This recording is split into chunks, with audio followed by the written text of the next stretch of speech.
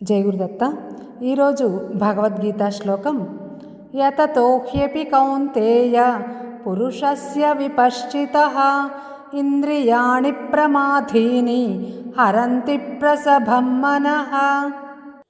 ఓ అర్జున, మధించి వేసే స్వభావం గల ఇంద్రియాలు ప్రయత్నశీలుడును మేధావియును అయిన మానవుడి యొక్క మనస్సును కూడా బలాత్కారంగా దొంగిలించి వేస్తున్నాయి. ఇది నిశ్చయం. కనుక సాధకులైన వారు ఇంద్రియాలకు గల బలాన్ని గురించి తక్కువగా అంచనా వేయటానికి వీలు లేదు. అలాగని వాటికి భయపడి తత్వవిద్యా సాధన మానటానికి కూడా వీల్లేదు.